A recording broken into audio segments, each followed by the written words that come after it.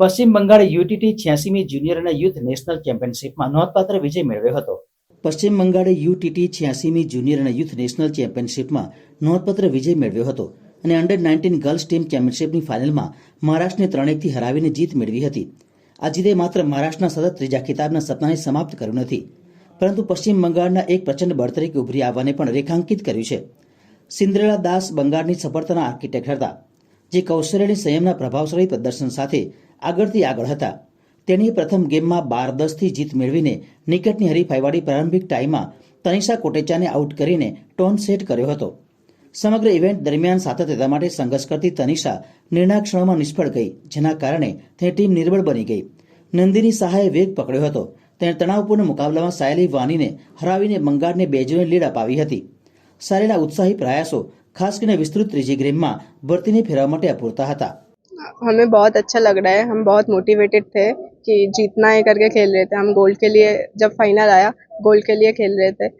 तो सिंडी ने first match जीता, फिर सेकेंड मैच में और भी ज़्यादा प्रेशर रख के खेला अच्छे से, तो हमने जीता वो वाला मैच भी.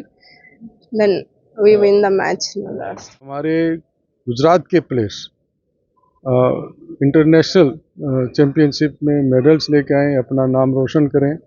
अब एक नई पहल हम शुरू कर रहे हैं कि 6 साल की उम्र से बच्चों को हम आइडेंटिफाई करके उनको आगे 10 साल तक हम सघन ट्रेनिंग देके उनको ओलंपिक में लेके जाएंगे. 2036 का जो हमारे माननीय प्रधानमंत्री जी का सपना है कि गुजरात के अंदर में अहमदाबाद में हम ओलंपिक लेके आएँ, ओलंपिक का आयोजन करें, इतिहास में पहली बार. और हमारा उनके साथ में टारगेट है कि पहला मेडल ओलंपिक के अंदर टेबल टेनिस का लेके आए, हिंदुस्तान लेके आए, और हिंदुस्तान में भी गुजरात का प्लेयर वो मेडल जीत कर लेके आए. I think all of them are in top 3, so they are all of them are strong. बहुत तीनों ही बहुत अच्छे प्लेयर हैं और हमने उनको एकदम हमारा टीम बहुत मोटिवेटेड था कि हम लोगों को आ सकता है चैम्पियनशिप टाइटल, और हमने कर दिखाया. और उनका वीकेस्ट पॉइंट एक्चुअली नहीं है, वो लोग बहुत स्ट्रांग है. वो लोग टॉप 3 में है 19 सिंगल्स में, और वो लोग इंटरनेशनल प्लेयर भी है सब. तो या हम लोग अच्छे खेले आज, बहुत हम खुश है.